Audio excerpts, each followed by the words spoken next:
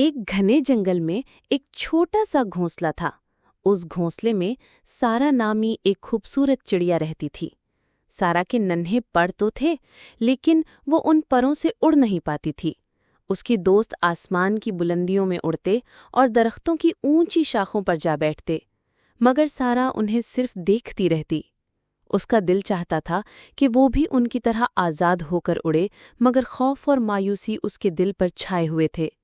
وہ سوچتی تھی کہ وہ کبھی بھی اڑ نہیں پائے گی۔ ایک شام جب سارا اکیلے گھونسلے میں بیٹھی اداس تھی، ایک بزرگ اور تجربہ کار چڑھا اس کے قریب آ کر بیٹھا۔ اس کے پر سفید ہو چکے تھے اور اس کی آنکھوں میں دانش چمک رہی تھی۔ بیٹی، تم اتنی اداس کیوں ہو؟ بزرگ چڑے نے نرمی سے پوچھا۔ سارا نے بتایا، میں اڑ نہیں پاتی۔ میرے دوست مجھے چھوڑ کر دور نکل جاتے ہیں اور میں یہاں قید محسوس کرتی ہوں۔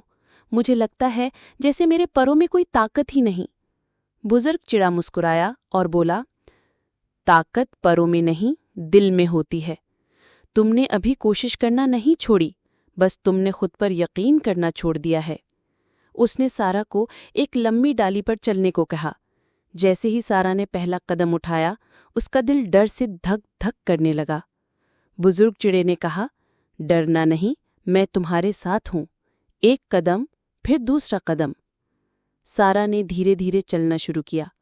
پھر بزرگ چڑے نے اسے ڈالی کے کنارے تک لے جا کر کہا، اب تم اڑنے کی کوشش کرو۔ گرنے کا خوف چھوڑ دو، کیونکہ ہر کامیاب اڑان سے پہلے کئی بار گرا جاتا ہے۔ اس نے پروں کو ہلایا، پہلے آہستہ، پھر پوری طاقت سے۔ ایک لمحے کے لیے وہ ہوا میں جھول گئی اور اگلے ہی لمحے اس کے پروں میں ہلکی سی کپ کپی محسوس ہوئی۔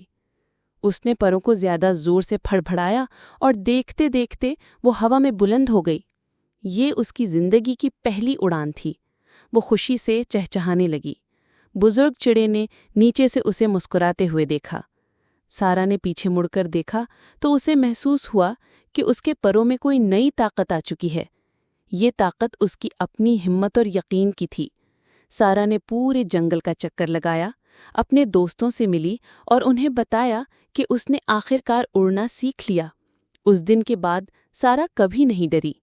وہ ہر صبح سب سے پہلے اڑتی اور پورے جنگل کو اپنی خوشی بھری چہچہاہٹ سے جگاتی۔ اسے یقین ہو گیا تھا کہ اگر دل میں ہمت ہو تو کوئی بھی خواب حقیقت میں بدل سکتا ہے۔